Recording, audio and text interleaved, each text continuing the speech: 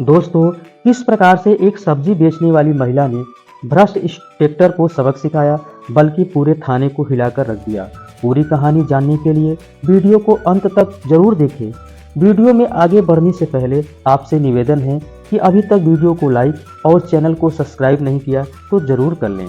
जिले की सबसे बड़ी अधिकारी डीएम नेहा शर्मा एक दिन सूती साड़ी पहने सादे कपड़ों में सब्जी खरीदने बाजार पहुंची। वह देखने में एक साधारण महिला लग रही थी। उनके चेहरे पर सादगी और चाल में आत्मविश्वास था, लेकिन किसी को अंदाजा तक नहीं था कि यह महिला इस जिले की डीएम है। डीएम नेहा शर्मा सीधा एक ठेले के पास जाकर रुक जाती हैं, जहां एक करीब 30 साल की सब्जी बेचने वाली औरत सब्जियां बेच रही थी। नेहा ने मुस्कुराकर उससे सब्जियों के दाम पूछे। तभी एक छोटा सा बच्चा दौड़ता हुआ आया और उससे लिपट कर बोला, मम्मी मुझे स्कूल छोड़ दो ना, लेट हो रहा है, नहीं तो टीचर डांटेंगे।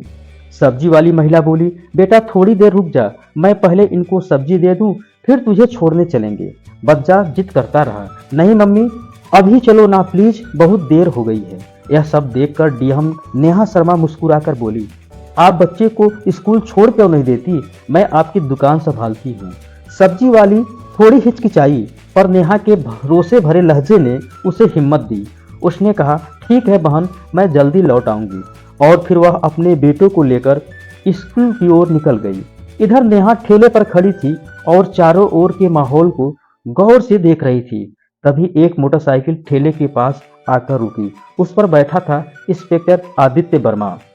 उसने उतरते ही थोड़ा सख्त लहजों में कहा, तू कब से यहाँ सब्जियां बेचने लगी है? यहाँ तो एक औरत और हुआ करती थी, वह कहाँ गई? नेहा कुछ कहती उससे पहले ही वह सब्जी वाली औरत वापस लौट आई। इंस्पेक्टर को देखकर उसके चेहरे पर घबराहट छा गई। झुककर बोली, क्या चाहिए आपको साहब? जो मन हो ले लीजिए। इंस्पेक्टर ने कहा, आधा किलो टमाटर, 1 किलो भिंडी और आधा किलो परवल।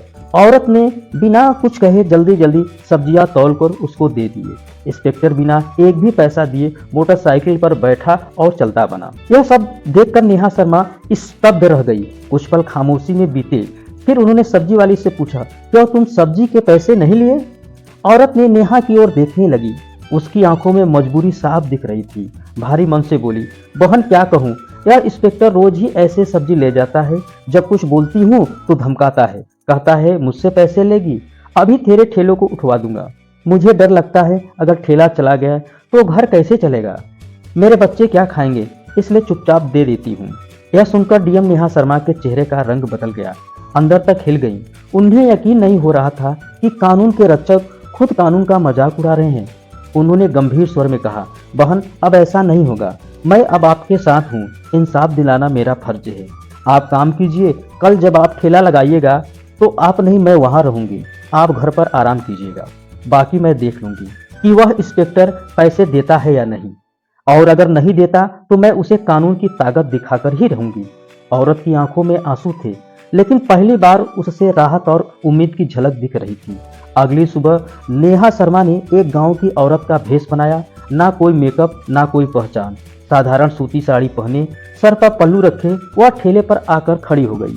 ठेले पर ढेर सारी सब्जियां सजाई गई, सब कुछ तैयार हो चुका था। कुछ ही देर में वही इंस्पेक्टर आदित्य वर्मा अपनी मोटरसाइकिल पर वहां पहुंचा। इंस्पेक्टर आदित्य वर्मा ने अपनी मोटरसाइकिल ठेले के पास ले जाकर रोका और घूरते हुए बोला, क्या बात है, आज फिर तुम यहाँ कैसे? वैसे तुम उसकी क्या लगती हो? कल भी तुम यहीं थी, आज भी। नेहा शर्मा, जो अभी गांव की एक साधारण महिला के रूप में खड़ी थी, धीरे से बोली, उसकी बहन हूँ, आज उसकी तबीयत ठीक नहीं है, इसलिए आज उसकी जगह ठेला संभाल रही हूँ। इंस्पेक्टर ने घिनौनी मुस्कान के साथ कहा, तुम तो अपनी बहन से भी ज्यादा खूबसूरत निकली, बहुत प्यारी लग रही हो। और फिर घूरती आंखों से उसे ऊपर से नीचे तक देखता रहा और बेहुदे लफ्जे में बोला, वैसे तुम रोज ठेले पर रहोगी? नेहा ने गुस्से से पूछा, क्या चाहिए आपको? इंस्पेक्टर आदित्य वर्मा बोला, 1 किलो टमाटर, 2 किलो आलू चाहिए और साथ में थोड़ा धनिया और मिर्चा भी दे देना। नेहा ने बिना कोई प्रतिक्रिया दिए सब्जियां तौली और चुपचाप उसके हाथों में पकड़ा दिए। जैसे इंस्पेक्टर सब्जियां लेकर पलटने लगा और अपनी मोटरसाइकिल स्टार्ट की, नेहा ने सख्त आवाज में कहा, आपने अभी सब्जियों के पैसे नहीं दिए, सब्जियों के पैसे दे दीजिए, ऐसे नहीं चलेगा। इंस्पेक्टर बोला, कौन से पैसे? पैसे मैं नहीं देता, अपनी बहन से पूछ लेना। तभी नेहा ने तेजी से कहा, आप चाहे जैसे लेते हो, लेकिन आज सब्जी के पैसे देने होंगे। हमें भी खर्च करके ही सब्जियां लानी पड़ती हैं, और अगर हम एक दिन सब्जी ना बेचे तो हमारे घर का चूल्हा नहीं जलता। आप जैसे लोग फ्री में सब्जियां ले जाकर हमारे पेट पर लात मारते हैं। इतना सुना था कि इंस्पेक्टर का घमंड भड़क उठा। उसने गुस्से में आकर एक जोरदार थप्पड़ नेहा के गाल पर जड़ दिया। नेहा लड़खड़ाई, लेकिन खुद को संभाल लिया। आंखों में आंसू लिए थे, लेकिन आत्मसम्मान अब और चुप रहने को तैयार नहीं था। अब नेहा ने कड़कती आवाज में कहा, आपने एक महिला पर हाथ उठाकर बहुत बड़ी गलती की। इसका अंजाम भुगतना पड़ेगा आपको। इंस्पेक्टर और भड़क गया, गुस्से में चिल्लाया, तू मुझे सबक सिखाएगी? तेरी इतनी औकात? अभी बताता हूँ। फिर उसने नेहा के बाल खींच लिए, लेकिन नेहा बाल छुड़ाकर बोली, यह सब बहुत गलत हो रहा है। मैं तुम्हारे खिलाफ रिपोर्ट करवाऊंगी। तुम्हें सब्जियों के पैसे देने ही होंगे। लेकिन इंस्पेक्टर अपनी वर्दी के नशे में डूबा हुआ था। बोला, रिपोर्ट तेरी औकात है लिखवाने की? तू एक सब्जी बेचने वाली, और मैं इस थाने का इंस्पेक्टर हूँ। मैं तुझे यही खड़े खड़े खरीद सकता हूँ। ज्यादा जुबान चलाई तो उल्टा तुझे ही जेल में डाल दूंगा। इतना कहकर वह मोटरसाइकिल स्टार्ट कर वहां से चला गया। कुछ पल ठेले के पास बैठने के बाद उन्होंने सब्जी वाली को फोन किया और कहा, तुम ठेले के पास आ जाओ। सब्जी वाली औरत के आते ही नेहा वहां से चुपचाप निकल गई। घर जाकर उन्होंने अपने साधारण कपड़े बदले और साधारण सलवार सूट पहनकर एक सामान्य महिला की तरफ बिना किसी पहचान के थाने पहुंची। थाने में पहुंचते ही उन्होंने देखा कि इंस्पेक्टर आदित्य वर्मा वहां मौजूद नहीं था। एक हवलदार अपनी कुर्सी पर बैठा था। नेहा ने सीधा उससे पूछा, मुझे रिपोर्ट दर्ज करानी है। इंस्पेक्टर आदित्य वर्मा कहाँ हैं? और एसओ साहब से मिलना है। हवलदार ने जवाब दिया, इंस्पेक्टर साहब कुछ काम से कमरे पर गए हैं और एसओ साहब भी अभी फील्ड विजिट कर बाहर गए हैं। आप चाहे तो कुछ देर बैठ जाइए। नेहा की आंखों में अब इंसाफ की आग धधकने लगी थी, और यह आग अब रुकने वाली नहीं थी। थाने में कुछ ही पल बीते थे कि अचानक दरवाजा खुला और भीतर ऋतिक राणा ने प्रवेश किया। भारी कदमों के साथ अंदर आती ही उसकी नजर पीले रंग का सूट सलवार पहने उस साधारण सी दिखने वाली लड़की पर पड़ी, जो कोई और नहीं बल्कि डीएम नेहा शर्मा। ऋतिक राणा ने कड़क आवाज में पूछा, तुम कौन हो और यहाँ क्यों आई हो? नेहा ने शांत स्वर में कहा, मुझे रिपोर्ट दर्ज करवानी हो। यह सुनकर ऋतिक राणा व्यंग में मुस्कुराया और बोला, रिपोर्ट दर्ज करवाना है तो पहले कुछ खर्चा पानी लाई है? यहाँ रिपोर्ट दर्ज करवाने के लिए 10 से 20 हजार लगते हैं। लाई हो तो निकालो, फटाफट लिखता हूँ। यह सुनते ही नेहा शर्मा का चेहरा लाल हो गया। उसने कहा, रिपोर्ट दर्ज करवाने के लिए कोई शुल्क नहीं लगता, आप रिश्वत क्यों मांग रहे हो? ऋतिक राणा हंसते हुए बोला, तुम्हें किसने कहा कि मुफ्त में रिपोर्ट लिख जाता है? यहाँ जो भी आता है वह अपनी मर्जी से पैसा देता है, तभी इसकी रिपोर्ट लिखी जाएगी। अब तुम पैसे लाई हो तो बोलो। नेहा ने गहरी सांस ली, फिर बोली, ये रहे 10,000 रुपये, रिपोर्ट लिखिए। पैसे लेते ही ऋतिक राणा ने पूछा, बताओ किसके खिलाफ रिपोर्ट लिखवानी है?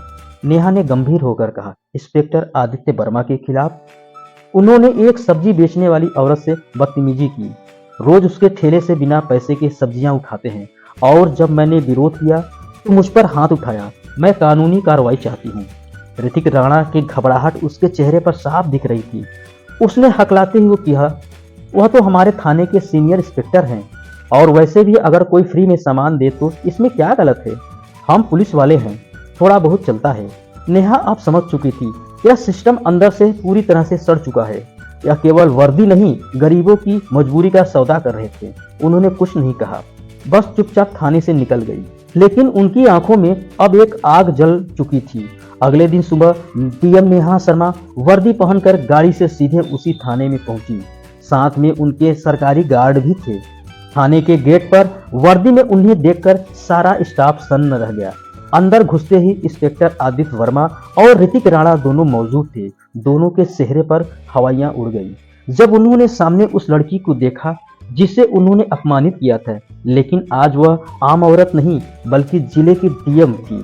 घबराए हुए दोनों एक साथ बोले, आप कौन हैं और यह वर्दी क्यों पहनी है? नेहा की आंखें अब एक अधिकारी की गरिमा से चमक रही थी। उन्होंने गंभीर स्वर में कहा, वर्दी नहीं दिख रही है? मैं हूं इस जिले की डीएम नेहा शर्मा, और मैं अब सब जान चुकी हूं कि इस थाने में किस प्रकार से गरीबों को धमकाया जाता है, उनसे पैसे लिए जाते हैं और कानून के नाम पर अत्याचार किया जाता है। दोनों के पांव तले जमीन खिसक गई। घबराहट में आवाज कांपने लगी। मैडम, यह क्या कह रही हैं आप? अगर आप वाकई में डीएम हैं तो हमें कोई आईडी दिखाइए। नेहा ने बिना एक शब्द किए अपने बैग से सरकारी पहचान पत्र निकालकर ऋतिक राणा के सामने रख दिया। उसके चेहरे के सारे रंग उड़ गए। उसने तुरंत हाथ जोड़ते हुए नीचे झुक गया। माफ कर दीजिए मैडम, मुझे पता नहीं था कि आप डीएम मैडम हैं। मुझसे बहुत बड़ी गलती हो गई। पीछे खड़ा इंस्पेक्टर आदित्य वर्मा भी अब तक घबराया हुआ था। वह भी हाथ जोड़कर बोला, मैडम जी माफ कर दिए। जो हुआ गलती में हुआ, आगे से कभी नहीं होगा। दोनों अधिकारी अब शर्मिंदगी में सर झुकाए खड़े थे, लेकिन डीएम नेहा शर्मा की आवाज में अब कोई नरमी नहीं थी। उन्होंने कठोर स्वर में कहा, आज अगर मैं डीएम नहीं होती तो गरीब जनता के साथ तुम्हारा व्यवहार यही होता। तुम दोनों सस्पेंड हो। वर्दी पहनकर तुमने क्या किया उसका हिसाब अब कानून को देना होगा।